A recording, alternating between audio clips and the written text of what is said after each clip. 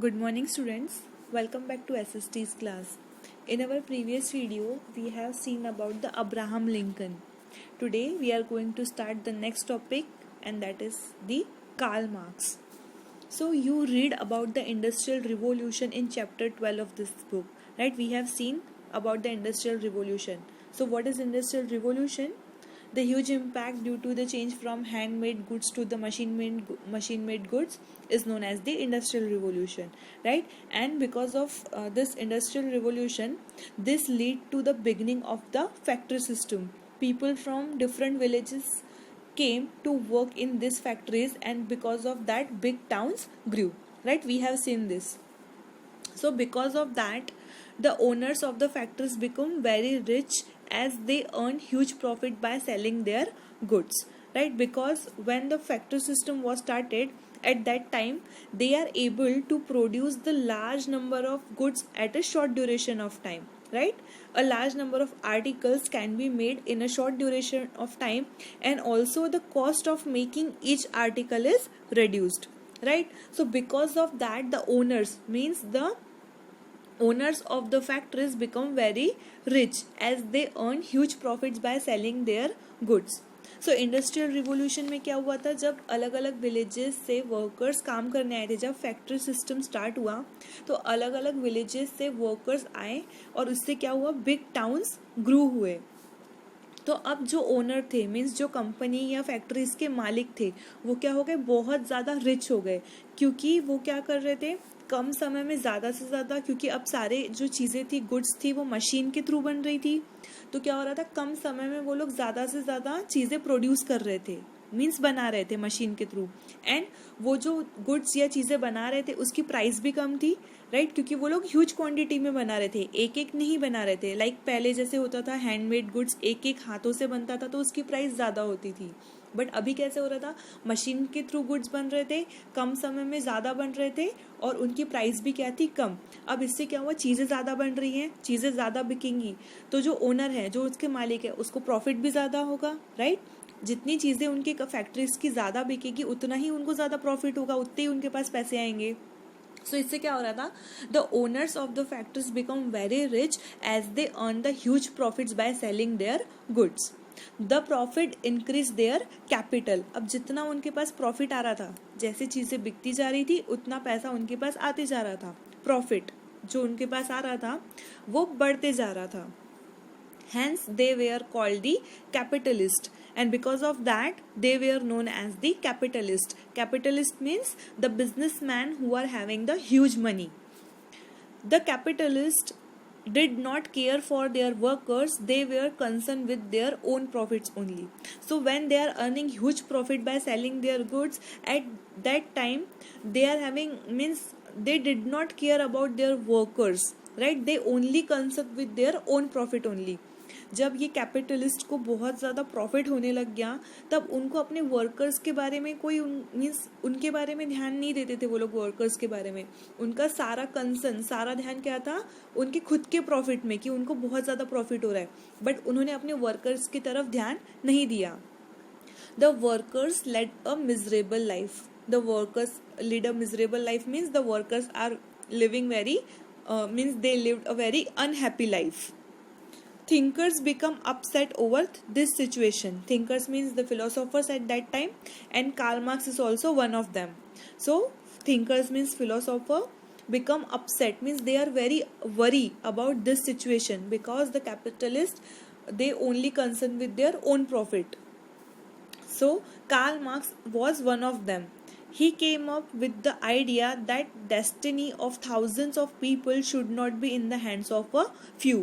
Means हज़ारों लोग factory में काम करते हैं, तो इन सब की जो हज़ारों लोगों की जो चीज़ें हैं, ये जैसे उनको पैसा कम मिल रहा है, तो वो सिर्फ फ्यू लोगों के हाथ में ही नहीं होना चाहिए. बिकॉज कंपनी के ओनर एक होगा, उसके जो फैक्ट्री होगी उसका ओनर एक होगा, लेकिन उसके फैक्ट्री में थाउजेंड्स ऑफ वर्कर्स काम कर सकते हैं, तो ऐसा नहीं होना चाहिए.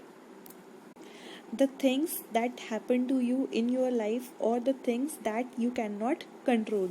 So Karl Marx came up with the idea that destiny of thousands of people should not be in the hands of a few. He thought that the modern factories producing large quantities of goods should not be owned by the few individuals. So Karl Marx को ऐसा लगता था कि जो modern factory system है उसमें वो लोग लार्ज क्वांटिटीज में गुड्स प्रोड्यूस कर रहे हैं, ह्यूज क्वांटिटी में गुड्स प्रोड्यूस कर रहे हैं, should not be owned by a few individual. लेकिन जो उसके ओनर हैं, जो फैक्ट्रीज के मालिक है, वो सिर्फ एक या दो या कुछ ही लोग हैं. तो जितना भी उनको प्रॉफिट हो रहा है वो सारा उन्हीं लोगों को जा रहा है, कुछ लोगों को जा रहा है जो उसके मालिक हैं. तो उन्हें ऐसा लगता था कि जिस फैक्ट्री में हजारों वर्कर्स काम करते हैं वो सिर्फ कुछ ही लोगों के हाथ में नहीं होनी चाहिए, क्योंकि सारा प्रॉफिट उन्हीं के पास जा रहा है. एंड वो लोग क्या कर रहे हैं, सिर्फ अपनी उनकी ज़रूरतों की तरफ ध्यान दे रहे हैं, लेकिन उनकी वर्कर्स की जो नीड्स है उसकी तरफ वो लोग निगलेक्ट कर रहे हैं, बिल्कुल भी ध्यान नहीं दे रहे हैं.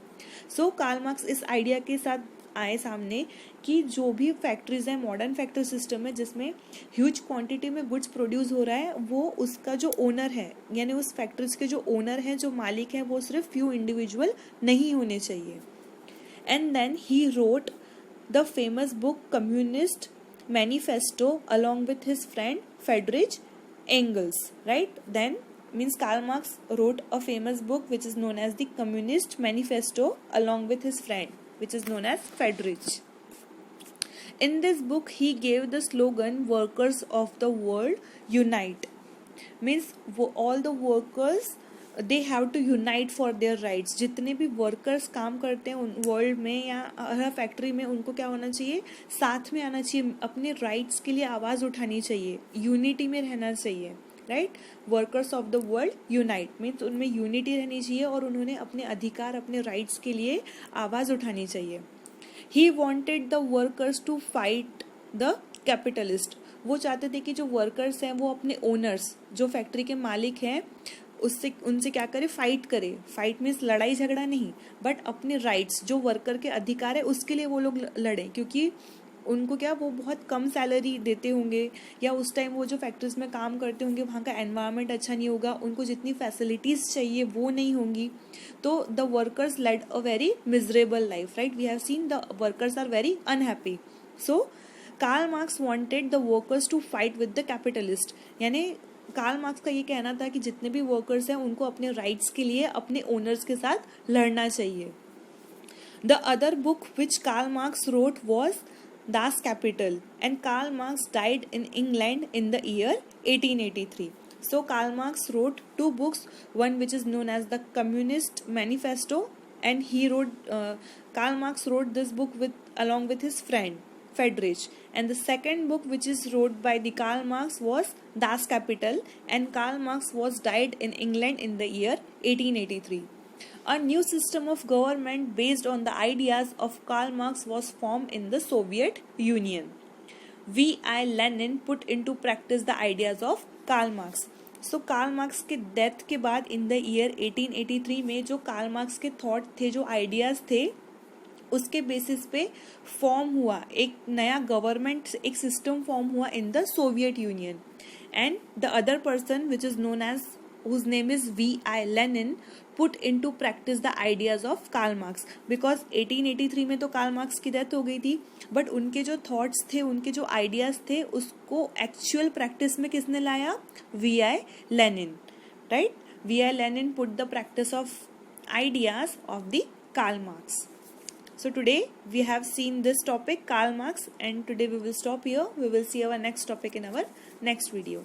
Thank you and have a good day.